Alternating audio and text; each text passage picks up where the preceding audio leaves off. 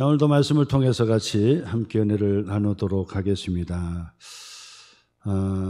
이 사사기 시대죠. 사사기 시대 350년의 그 기간을 사사의 시대라 그러는데 언제부터죠? 여호수아가 죽고 난 이후에 가나안 땅에서 이 가나안 땅을 정복하고 땅을 분배를 하게 되었죠. 그리고 나서 여호수아가 죽고 난 이후에 이 왕권 시대가 시작이 되는 때까지, 왕권은 마지막 사사이면서 선지자 누구죠? 사무엘 선지자죠. 사무엘 사사라고도 합니다. 마지막 사사이면서 왕권 시대를 연 선지자라고 얘기하는데, 사무엘 선지자의 이 기름 부음으로 말미암아 사울 왕 그리고 다윗 왕에게 기름 붓고 왕권 시대가 시작이 되잖아요. 그때까지가 350년, 약 350년 정도 되는데, 바로 그때를 우리는 사사시대라 그렇게 이름을 붙이는 거예요. 사사는 왜 사사죠?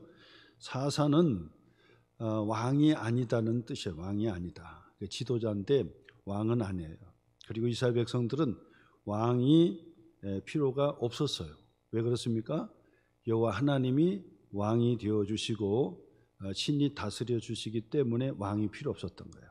그래서 이방의 나라, 주변의 나라처럼 왕권 제도가 아니었고, 이 12지파의 공동체가 함께 하모니, 조화를 이루면서 생활을 하게 되었습니다. 그때마다 하나님께서 지도자를 보내주시는데, 그 지도자는 재판관이면서 또 이 전쟁터의 그 지휘관으로서 사명을 감당을 하게 됩니다. 그래서 자자손손 통치를 이어가지 않기 때문에 왕이라고 볼 수가 없었다라고 하는 것입니다. 그러므로 바로 이 사사시대는 12지파 공동체, 그죠? 12지파 공동체예요. 여호수아 시대도 그렇죠. 여호수아가 이스라엘 백성들을 통해 이스라엘 백성들과 함께 가나안 땅을 정복하고 제비를 뽑아가지고 그 땅, 약속의 땅을 제비 뽑아서 나누게 되는 거예요. 그리고 나서 12지파는 자기에게 할당된 그 땅에서 생활하다가 무슨 큰 문제가 생긴다 그러면은 12지파가 한 덩어리가 돼가지고 전쟁에 임하기도 하고 이 외부의 나라를 전쟁을 치르게 되고, 그래서 12지파가 같은 형제로서 하나가 되어서 생활하는 모습을 우리에게 가르쳐 줍니다. 그러므로 제가 말씀드렸듯이 아브라함이 이제 가나안 땅으로 들어갈 때부터도 이게 교회예요. 그래서 제가 오전에 설교 말씀을 드리면서 길게 말씀을 다 못 드렸습니다만은 창세기 1장부터 50장까지 있는데 1장에서 11장까지 11장이 바벨탑 사건이 나와요. 그리고 12장부터 아브라함을 하나님께서 불러내시죠. 그리고 아브라함과 이삭과 야곱, 그리고 요셉이 마지막 이 애굽 땅에서 죽어요. 장사를 지내게 돼요. 그리고 나서 이 창세기 50장이 끝나는 거예요. 그러니까 창세기는 둘로 나누면 1장에서 11장, 12장에서 50장 이렇게 나누는 거예요. 자, 근데 왜 이렇게 나누냐면은 아브라함과 이삭과 야곱의 족장 공동체를 이제 이야기하기 때문에 12장으로 나누지만은, 제가 오전에 제가 설교 말씀드렸던 것처럼 11장은 바벨탑 사건이에요. 바벨탑 사건. 그것은 뭐냐면 탑을 높이 짓고 울타리를 쳐가지고 하나님 없이도 우리를 지켜내고 우리가 보호할 수 있다. 네? 우리가 살아날 수 있다. 그리고 하나님보다 더 높이 세우자. 이게 바벨의 공동체, 결국 세상 나라의 공동체라고 볼 수 있어요.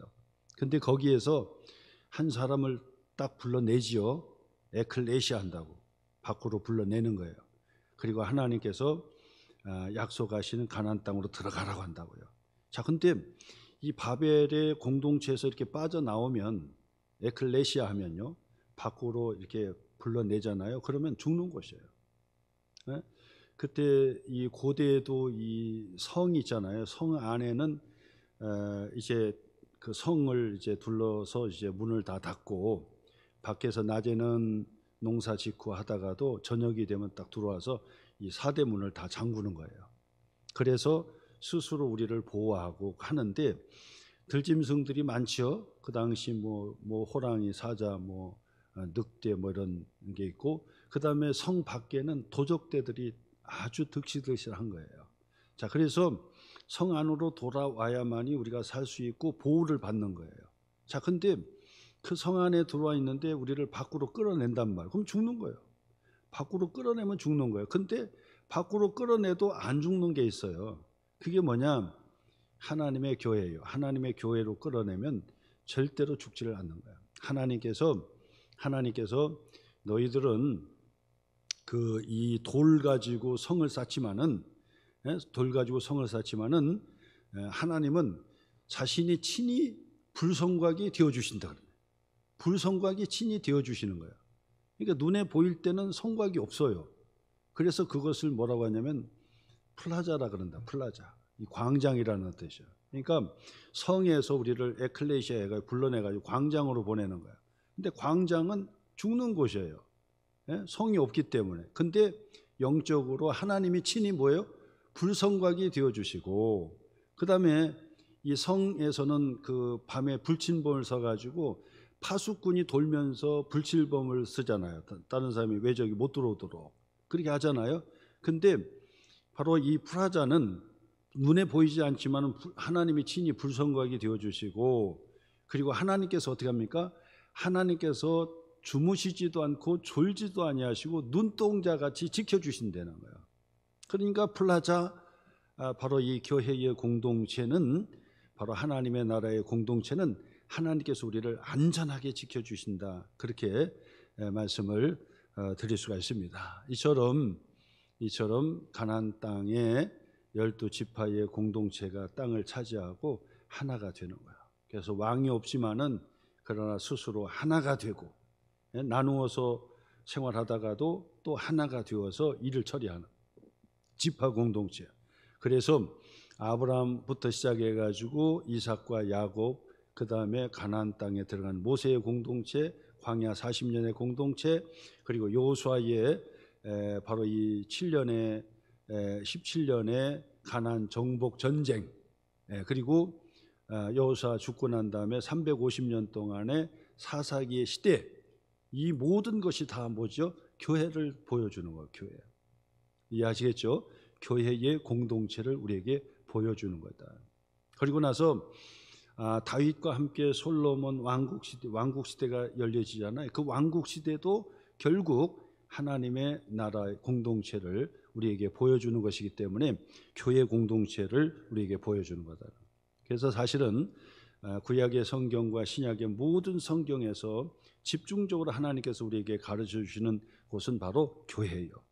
교회 공동체를 하나님께서 주재하시고 은혜 주시고 축복해 주신다는 말씀을 통해서 우리가 함께 은혜를 받게 되는 것입니다. 그래서 여호수아가 죽고 왕권 시대가 열릴 때까지 350년 동안 12지파 공동체가 서로 합력해서 하나가 되어야 돼요. 자, 그런데 바로 이 사사 시대는 바로 다람쥐 쳇바퀴 돌듯이 항상 뭔가 이렇게 반복되는 일들이 있었어요. 그게 뭐냐? 이들이 처음에는 하나님을 잘 섬기고 예배한다고요. 그리고 가나안 풍속을 쫓지 않고 그들의 우상에 빠지지 않아요. 그러면 하나님께서 복을 주시는 거예요. 그러다가 나중에 신앙이 느슨해지고, 그리고 난 다음에 세속과 타협을 하게 되고 이방 가나안의 족속의 우상에 빠지게 된다고, 이것을 하나님 앞에 하나님 목전에서 악을 행한다, 그렇게 표현한다고요. 그래서 그렇게 하면은 반드시 뭐죠? 하나님의 자녀들은요, 딴짓하면 하나님께서 반드시 사랑하기 때문에 하나님께서 반드시 여러 모양으로 돌아오도록 하나님께서 사인을 주시는 거예요. 성경에 보면 로마서 1장 2장의 말씀에서도 보면은 구원받지 못한 사람은 내버려 두신다는 표현을 써요. 내버려 두시는 거예요. 그러니까 그가 뭐 어떻게 하든지 저렇게 하든지 내버려 두는 거예요. 근데 하나님께 구원받은 하나님의 사람들은요, 하나님께서 여러모로 자꾸 간섭해 주시는 거예요. 그래서 딴짓을 못하도록, 신앙에서 딴 길로 가지 못하도록, 만약에 다른 길로 간다든지 그러면은 하나님께서 반드시 발병나게 만들어줘요. 네? 반드시 하나님의 다스리는 방법이 있어요. 방법이. 네? 질병을 통해서, 사고를 통해서, 네? 그 다음에 경제적인 어려움을 통해서, 그 다음에 사람 관계를 통해서 꼬이게 만들고 어려움을 당하게 만들고, 그 다음에 나라 공동체로 본다면 질병과 전쟁과 고통을 통해서 하나님께서 항상 그렇게 다스리시는 거예요. 그래서 전에도 말씀드렸듯이 내가 기도 생활 안 하는데 만사 형통하고 잘 된다, 그 사람은 큰일 날 사람이야. 근데 내가 기도하고 또 신앙생활 잘하려고 하는데도 불구하고 어려움이 있다, 그 사람은 정말 기뻐해야 될 사람이야. 하나님께서 복을 주시려고 이제 막바지에 온 거예요. 막바지에. 예? 그걸 하셔야 돼요.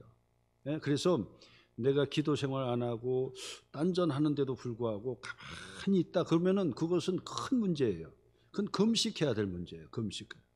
금식하고 하나님 앞에 매달려야 될 문제라는 거예요.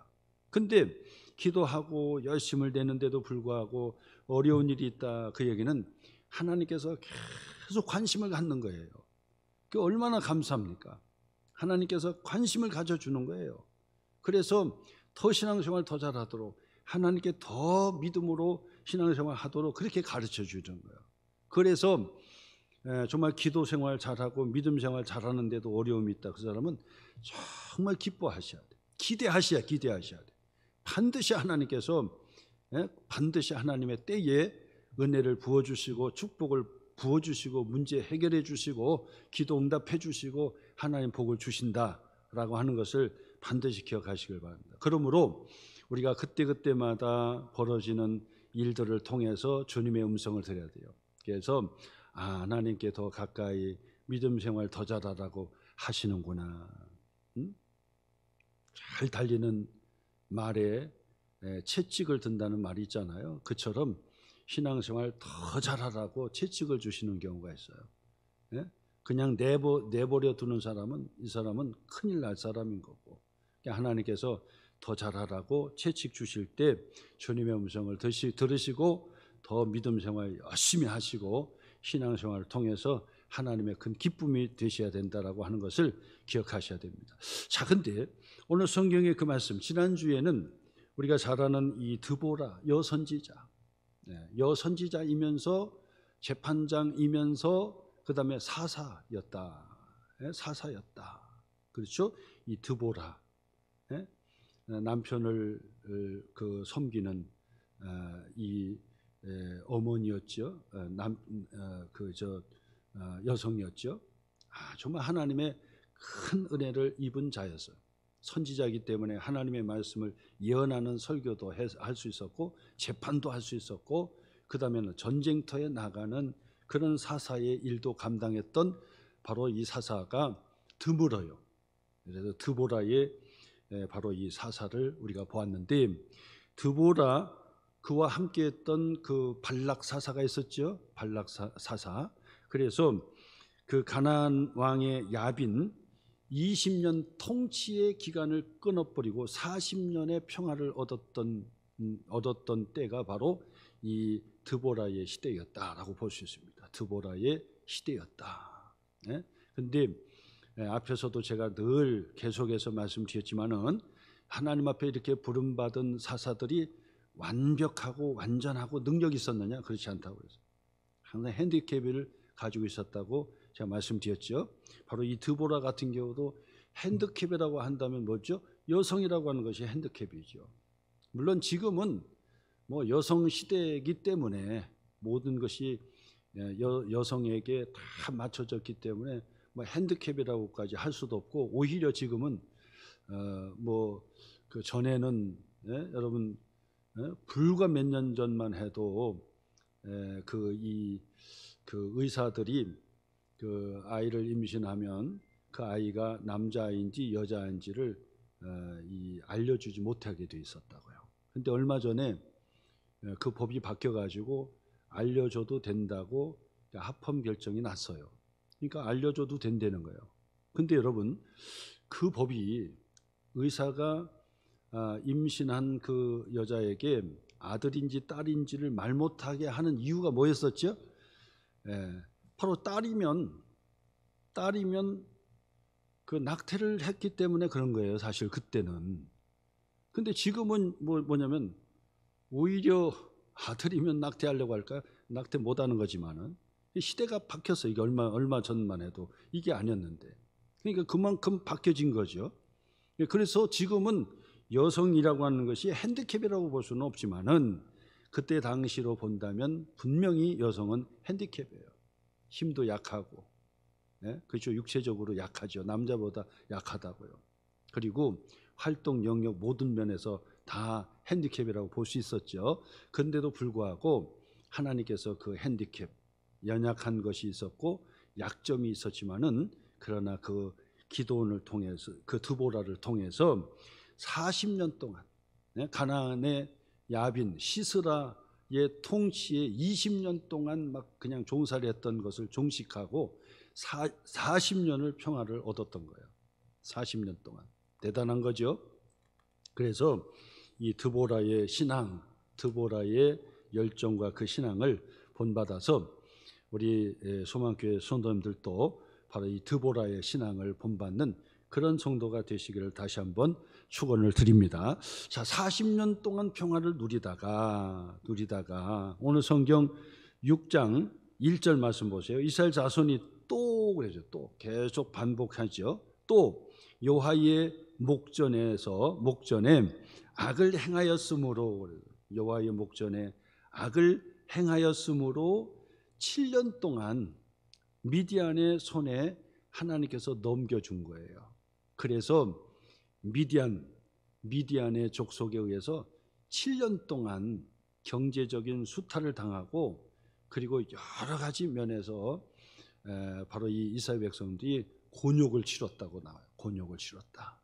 그래서 그 당시 추수 때가 되잖아요. 그러면 추수 때가 되면 오늘 성경에서도 나오는데 메뚜기 떼처럼, 메뚜기 떼가 달려드는 것처럼 이 미디안과 그리고 그 미디안 족속과 아멜렉 족속과 동방의 그런 이 여러 족속들이 그 추수기에 딱 들어와 가지고 추수했던 거 모두 다 긁어 가지고 다 가져가는 거예요.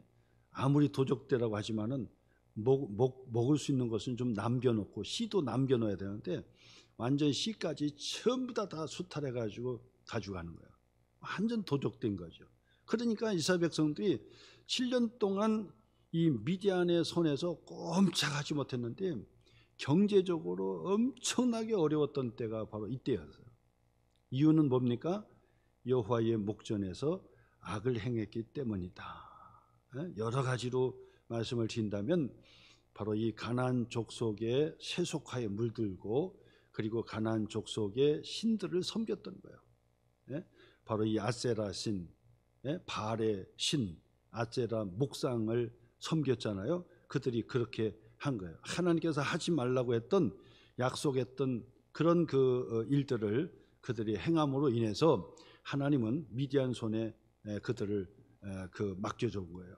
그랬더니 7년 동안 그들이 경제적으로 엄청나게 이 손해를 보고 고통을 당하게 된 거죠. 그래서 6절 말씀 보세요. 이스라엘이 미디안으로 말미암아 뭐해요?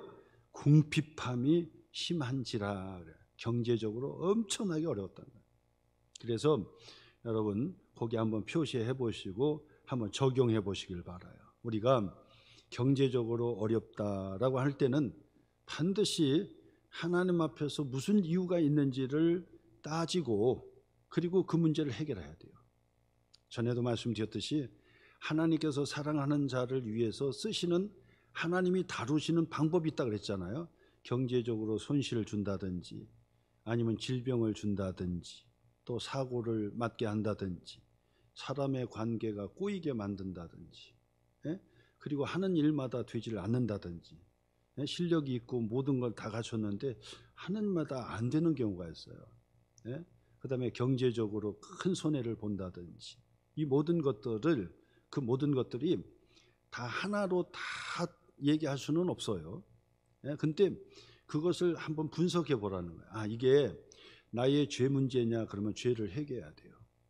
예? 죄 문제냐? 그건 본인이 판단하고 본인이 살펴볼 필요가 있어요. 그래서 오늘도 궁핍함이 심했다 그러잖아요. 근데 궁핍함이 심한 것은 미디안의 족속이 들어왔기 때문에 그렇고, 미디안 족속이 들어왔다는 것은 하나님이 다스리는 방법이에요. 하나님의 목전에서 악을 행했기 때문이다. 죄 문제라고 한다면 죄를 빨리 회개하고 돌이켜야 돼요. 그리고 하나님께서 이것은 믿음을 더해주기 위해서, 강화시켜주기 위해서, 단련시켜주기 위해서 하는 경우도 있어요. 단련시켜 주려고. 그러면 어떻게 되냐? 연단을 해야 되기 때문에 뭐 해야 됩니까? 인내하고 참아야 되는 거야. 기도하면서 더 하나님 앞에 기다리고 인내하고 참아야 되는 거야. 예? 그것이 원인이라고 한다면, 예? 하나님께서 시험해 주시는 거라고 한다면 그 시험을 통과해야 돼요. 믿음을 발휘해야 됩니다. 믿음을 발휘해야 돼요.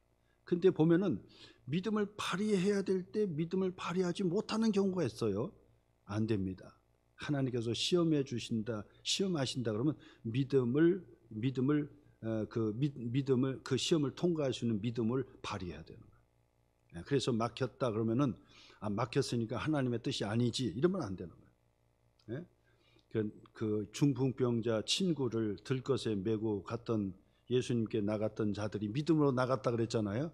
근데 믿음으로 나갔는데 길이 막혔어요. 그러니까 어떻게 했습니까? 믿음을 발휘했단 말이에요. 어떻게 발휘했습니까? 뒤로 떼매고 가가지고 지붕 위로 올라가가지고 지붕에 기와장을 다 걷어내고 예수님 앞으로 내렸단 말이에요. 엄청난 거죠. 믿음을 발휘한 거예요. 시험을 통해서. 그러니까 막혔다고 해가지고 안 되는가 보다 포기하지 말고, 안 되면 무엇이 문제인가? 믿음을 발휘해야 될 문제인가?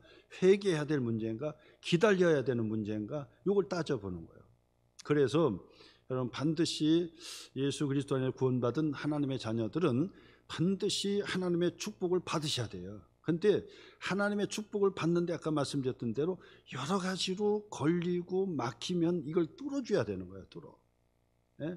그 문제를 해결해야 되는 거예요. 그래서 이스라엘 백성들이 40년 동안 정말 평화를 누렸는데, 미디안에 7년 동안 완전, 40년은 뭐 온데간데 없고 7년 동안 완전 궁핍이 심했단 말이에요. 그래서 산으로 올라가가지고 나무 껍질 베먹고, 나무 껍질 벗겨 먹고, 칡뿌리 깨먹고, 산에 굴 만들어가지고 살고 그랬단 말이에요. 이게 큰 문제인 거죠. 그래서 이게 운명인가 보다, 아니라고. 분명히 그 문제를 해결하는 거, 분명히. 우리나라 옛날 어려웠을 때 진짜로 그 어려운 경제적으로 너무 어려웠다잖아요. 필리핀보다 더 못 살고 아프리카보다도 더 못 살아가지고 세계의 랭킹에 제일 밑에 있었다고 하지 않습니까? 그런데 근대화하면서 우리가 이 선교사를 통해서 교회가 세워지고 구원받은 하나님의 사람들이 막 신앙생활을 하다 보니까 대통령 이승만 대통령도 이 장로고, 개헌 국회 할 때도 목사님이 기도하고, 그래서 진짜 이 대한민국이 지금까지 역사 이래에 그렇게 해지든 가난한, 조선 시대도요 진짜 창피할 정도로 엄청 가난했던 거예요. 조선 뭐 왕국 뭐 얘기하는데 정말 형편없었던, 근데 정말 형편없었던 때예요. 오죽하면 일본에게 먹히는 그런 일들이 일어났겠습니까? 그러나 그때도 늦지 않고 우리가 어떻게 했습니까? 신앙생활로 해서 이거 가난을 벗어내야 된다. 어쨌든 우상을 벗어내야 된다. 그래서 우상을 타파하고, 그리고 신앙생활 해가지고 세계의 유일한, 세계의 정말 찾아볼 수 없는 경제 부흥 말고 신앙의 부흥의 나라는 이 대한민국이 최초일 거예요. 아마 전무후무할까요? 없어요. 이렇게 신앙으로 부흥한 나라가 없단 말이에요. 근데 지금은 어땠습니까? 그와 함께 세계의 선교사, 미국 다음으로 두 번째, 인구 비례로 따지면 최고지요. 뭐. 거기에다가 경제도 여러분 엄청나게 붕했죠. 그래서 지금 우리는 정말 지금은 지금의 우리 한반도의 역사에 이런 시대가 없었어요. 이런 시대가 없었어요. 그 정도로 하나님의 은혜의 복을 받는데 원인이 어디 있느냐? 그래서 이 대한민국은 바로 이 교회 중심으로, 그리고 성경 말씀 중심으로, 신앙의 중심으로 세워야만이 이 나라가 부강한 나라가 될 수 있다라고 했던 그런 이 근대의 지도자들이 많았어요. 뭐 전부 다 기독교인이었어요, 사실은요. 우리가 잘 아는 김구 선생님도 기독교, 뭐 이승만은 말할 것도 없이 뭐 기독교인, 그다음에 여운형 기독교인, 기독교의 그를 받은 거죠. 그다음에 뭐 김규식, 저도 좋아하는 김규식, 우리 대전노예의 서기 출신입니다. 김규식 기독교인입니다. 머리가 천재입니다. 언더우드 언더우드가 세운 학교의 고아 출신인데 거기에서 공부를 했던 사람입니다. 머리가 좋아가지고 몇 개 국어를 알 수 있었던 사람이고, 나중에 해방 이후에 사실은 김규식 정말 훌륭했던 그런 사람입니다. 나중에 북으로 끌려가가지고 죽게 되잖아요. 여운형 같은 경우도 아주 최고의 인기가 최고였던 여운형, 그분 같은 경우도 기독교인이에요. 박헌영은 저 북한이니까 박헌영은 저거는 우리가 쳐주지도 않고 기독교인도 아니고, 저거는 바로 공산주의자였잖아요. 그러니까 거기는 칠 것도 없고, 그래서 전부 다 기독교인 아니었습니까 이게? 그래서 바로 이 경제적으로 어렵다 그러면 무슨 문제인가 이걸 찾는 거예요. 그래서 오늘도 이스라엘 백성들이 미디안에 7년 동안 수탈을 당했는데 너무너무 힘들었던 궁핍함이, 하나님 앞에 부르짖어 기도하는 거예요. 부르짖어 기도하는 거예요. 그랬더니 하나님께서 사사를 보내주시기 전에 하나님의 한 선지자를 통해서 하나님의 말씀을 듣게 하셨다는 거예요. 하나님의 말씀을 듣게 하셨다. 지금도 똑같아요. 무슨 문제입니까? 하나님 앞에 회개하며 하나님 앞에 부르짖으면 하나님께서 문제 해결해 주시는 것도 있지만은 문제 해결을 해 주시기 전에 하나님의 말씀으로 깨우쳐 주시고 그 말씀을 듣게 하신다, 그 말이죠. 그래서 이스라엘 백성들이 하나님께 부르짖으니 하나님께서 한 선지자를 통해서 예언의 말씀이 선포가 되는 거예요. 오늘 성경 보겠습니다. 7절 말씀 보세요. 이스라엘이 7절이요. 이스라엘 자손이 미디안으로 말미암아 여호와께 부르짖었으므로, 그죠? 8절이요. 여호와께서 어떻게 했어요? 이스라엘 자손에게 누구를 보내셔요? 한 선지자를 보내시니 그가 그들에게 이르되, 선지자는 누구의 말씀을 전하는 자입니까? 여호와 하나님의 말씀을 그대로 전하는 자예요. 그 말씀을 전하고 꾸짖기도 하시고 칭찬도 해주시고 또 책망도 해주시고 북도 다 주시기도 하고 용기를 주기도 하고 책망도 하시는 분이 선지자예요. 누구의 이름으로요? 하나님의 말씀으로, 하나님의 이름으로 하는 게 선지자예요. 한 선지자 보내주시고 그가 그들에게, 선지자가 이스라엘 백성들에게, 부르짖는 이스라엘 백성들에게 응답해 주시는데 하나님의 말씀으로 응답해 주셨단 말이에요. 계속해 보겠습니다. 8절, 여호와께서 이같이 말씀하시기를, 들으라는 거죠. 이스라엘의 하나님, 내가 너희를 애굽에서 인도하여 내며 너희를 그 종 되었던 집에서 나오게 하여 애굽 사람의 손과 너희를 학대하는 모든 자의 손에서 너희를 건져내고 그들을 너희 앞에서 쫓아내고 그들을 너희에게 주었으며. 그랬습니다. 무슨 얘기입니까? 선지자를 통해서 하나님의 말씀을 읽고 적용해 주는 건데, 제가 이 사사기의 말씀을 강의하면서 처음에 제가 말씀했던 것처럼 하나님께서 아브라함을 부르시고 가나안 땅을 약속해 주셨고 이삭과 야곱, 그리고 야곱의 아들 요셉이 그 애굽으로 팔려갔잖아요. 그래서 거기에서 바로 이 야곱과 그의 형제들이 고센 땅에서 살다가 바로 그곳에서 요셉을 알지 못하는 바로 왕, 바로에 의해서 어떻게 했습니까? 종살이를 했단 말이에요. 종살이를. 그렇게 하니까 이스라엘 백성들이 하나님께 부르짖었더니 어떻게 했습니까? 하나님께서 아브라함을 부르시고 보내줬던 가나안 땅으로 가라 해서 하나님께서 모세를 통해 어떻게 했어요? 바로의 손에서 건져주시고, 건져주시고, 그리고 광야 40년을 치르게 하시고, 그리고 가나안 땅을 정복하게 하시고, 가나안 땅에 가나안 족속들을 어떻게 쫓아내어 주시고, 쫓아내어 주셨다. 그리고 그 땅을 12지파의 제비 뽑아 나누어 주었으며 그러잖아요. 그러니까 사실 9절과 10절 말씀을 보니까 전부 이스라엘의 역사를 짧게 지금 설명해 준 거죠. 설교한 거나 똑같은 거예요. 한 선지자가 부르짖어 응답을 기다리는 이스라엘 백성, 궁핍함이 심한 이스라엘 백성들에게 하나님의 말씀으로 상기시켜 주는 거예요. 그러므로 오늘도 설교도 똑같아요. 이스라엘의 역사의 말씀을 가지고 자꾸 적용해 주는 거예요. 그 말씀이 지금 우리들에게 주시는 말씀입니다. 기억하라는 거죠. 하나님이 우리를 어떻게 구원해 주셨는지, 우리를 어떻게 건져 주셨는지를 기억해내라는 거예요. 그러므로 신앙생활을 잘 할 수 있는 비결은 뭐냐? 나는 예수 그리스도 안에서 죄 용서를 받았습니다. 나는 예수 그리스도 안에서 구원을 받았습니다. 나는 예수 그리스도 안에서 하나님의 자녀가 되었습니다.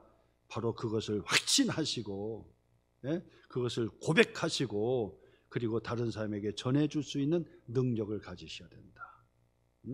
이런 확신을 가지셔야 돼요.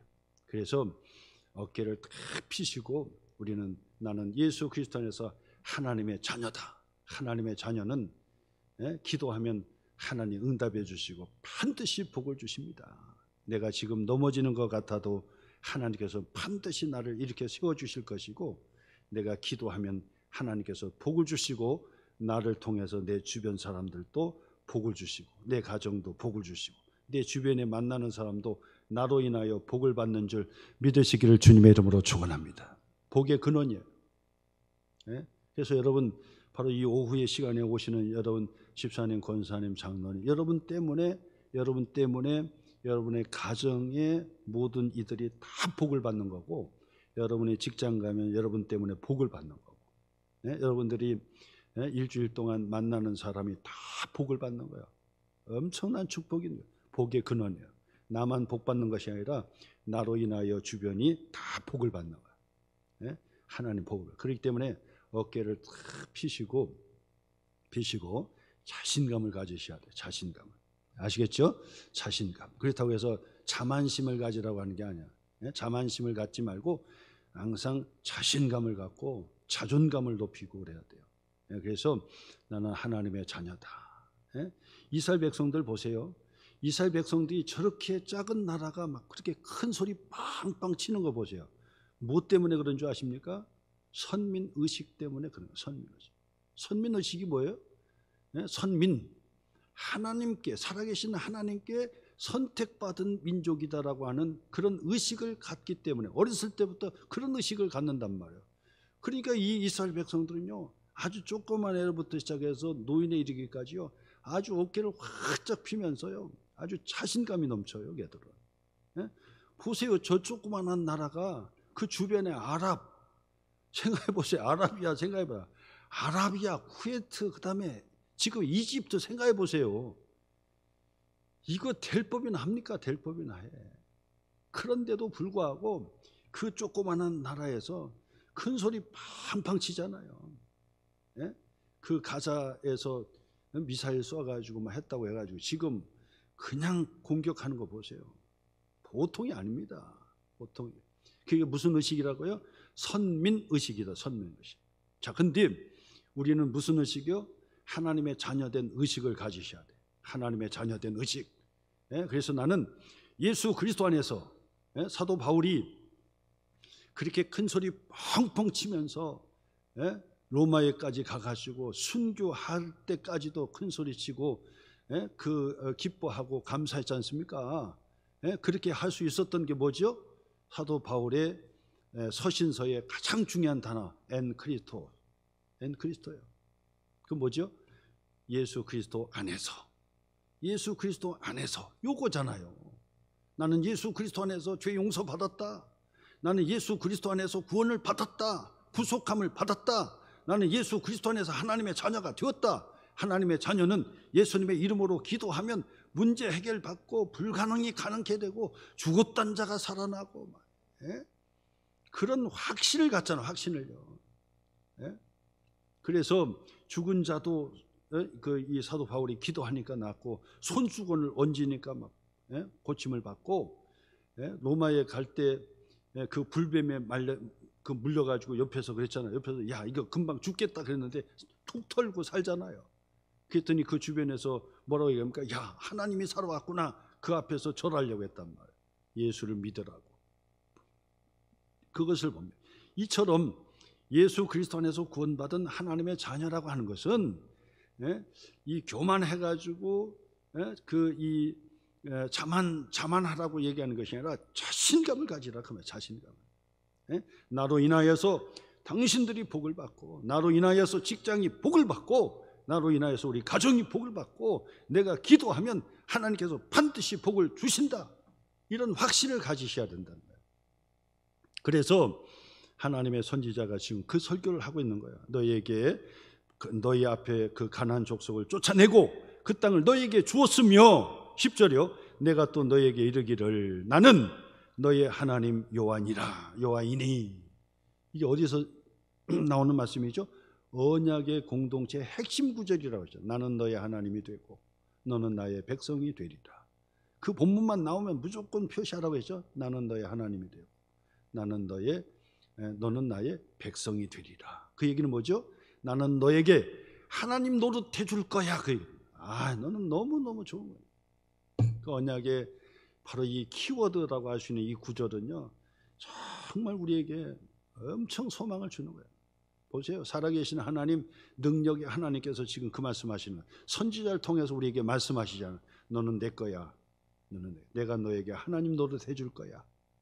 전능하신 하나님, 신실하신 하나님 내가 노릇해 줄 거야. 너는 내 백성 노릇해라. 그 얘기 아닙니까?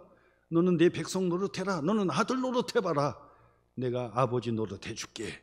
근데 그 아버지는 전능하시고 신실한 아버지요. 세상의 아버지는 신실하기는 하지만 능력이 없어요. 근데 우리 하나님 아버지는 전능하시면서도 신실하시면서도 능력 있는 하나님이란 말이에요. 그 하나님께서 내가 책임져 줄게. 내가 아버지 노릇해 줄게. 그러면 끝나는 거예요. 그렇기 때문에 우리가 예수님의 이름으로 하나님 우리 아버지 기도해요. 아버지. 우리 목사님들이 사실 소명받고 이 목회자로 길을 가잖아요. 가면은 세상 사람들이 볼 때하고 이렇게 보면은 차이가 나요. 세상 사람들이 볼 때는 정말 무모한 길을 가는 것처럼 보이지 않아요? 여러분 그렇게 보이지 않아요? 하나님의 그 종으로 간다고 하는 사람들을 가만히 우리도 전도사님 봐잖아요. 결혼해가지고 보세요. 가만히 보세요. 뭐가 틀린지 보세요. 근데 딱 보면은 아무것도 없잖아요. 솔직히. 근데 하나님 아버지가 나의 아버지 노릇해 주신다. 이거 붙들고 가는 거예요. 이거 붙들고 하나님께서 하나님의 일을 위해서 나라와 그 일을 구하면 하나님께서 반드시 책임져 주신다. 가정을 책임져 주신다. 내 경제적인 문제도 책임져 주신다. 장래도 책임져 주신다. 이거 아닙니까? 이거 없이는요 주님의 사역자의 길을 못 가는 거예요.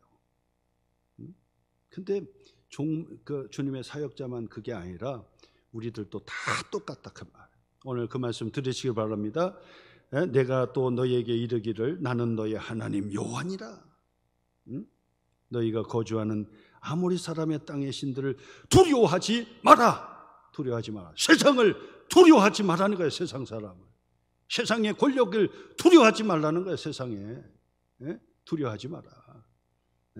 전에도 앞에서도 말씀드렸듯이 믿지 않는 사람이 큰 소리 치는 거 두려워할 거 없어요. 왜냐하면 두려움 때문에 그런 거. 두려움 때문에 두려워서 그러는 거예요. 예? 마음이 두려운 거예요. 예, 그러나 우리는 세상을 두려워하지 말라는 거예요. 세상을 두려워하지 마라. 나는 너의 하나님, 나는 너에게 하나님 노릇 해줄게. 살아계신 하나님, 전능하신 하나님, 신실하신 하나님 노릇 해줄게. 너는 먼저 그의 나라와 의를 구하기만 하고 너는 내 백성 노릇해라. 너는 내 자녀 노릇만 해줘라. 내가 책임져 줄 거야. 상례를 책임져 줄 거야. 그 말씀은 오늘도 예수 믿고 신앙생활 하는 분들은요, 하나님께서 책임져 주신다는 거예요. 책임져 줘. 그래서 힘들고 어려워도 다 어깨 펴시고, 직장에서 상사가 얘기한데 어깨 딱 펴고 있으면 거만해 보이니까 직장에서 상사가 뭐라고 하면 고개를 조금 숙이지만은 나오자마자 확 탁 피는 거예요. 아무리 나에게 뭐라고 해봐라, 나는 하나님의 자녀야. 하나님께서 책임져 주신다. 하나님께서 내 편이 되어 주신다. 나와 함께 해 주신다. 나는 부족하지만은, 나는 핸디캡이 많이 있지만은, 그러나 우리 하나님께서 내 편이 되어 주시고 내게 힘을 주시고 능력을 주시고 하나님 노릇해 주시고 아버지 노릇 해 주신다.